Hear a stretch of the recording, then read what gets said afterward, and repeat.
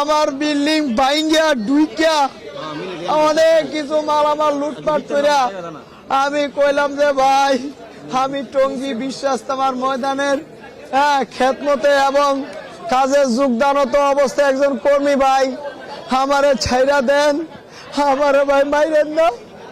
আমার একজন লোক আছিল আমার মরে গেছে, আমার লোকের লোক মরে গেছে ভাই।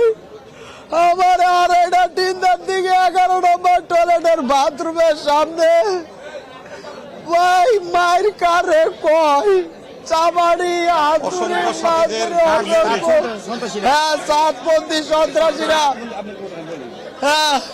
সাতপন্থী সন্ত্রাসীরা এখানে এই যে ওয়াসিফ ভাইয়ের পোলা নেতৃত্বে, ওয়াসিফের নেতৃত্বে উসামা, এই যে মুনির, এই গাজীপুরের মুনির, এরা ষড়যন্ত্র পুনর্ভাবে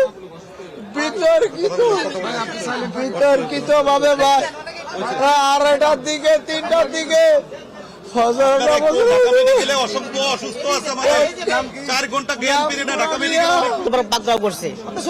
ওই কামারপাড়া গেট দিয়া গেট ভেঙে সাইডদেরকে আহত করে তারপর আমাদের উপর হামলা করছে।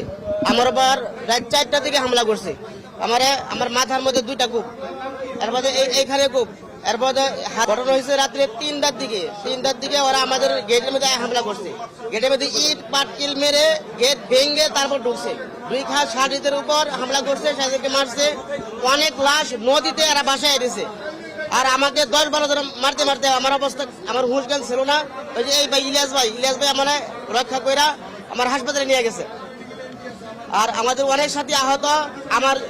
আমার থানার জিম্মাদার কিশোরগঞ্জ জেলার পাকুন্দিয়া থানার জিম্মাদার সাথী, উনি জামাত নিয়ে চলতেছিল, ওই জামাতের সাথীকে একবার নিহত করে ফেলেছে, একবার মেরে ফেলেছে।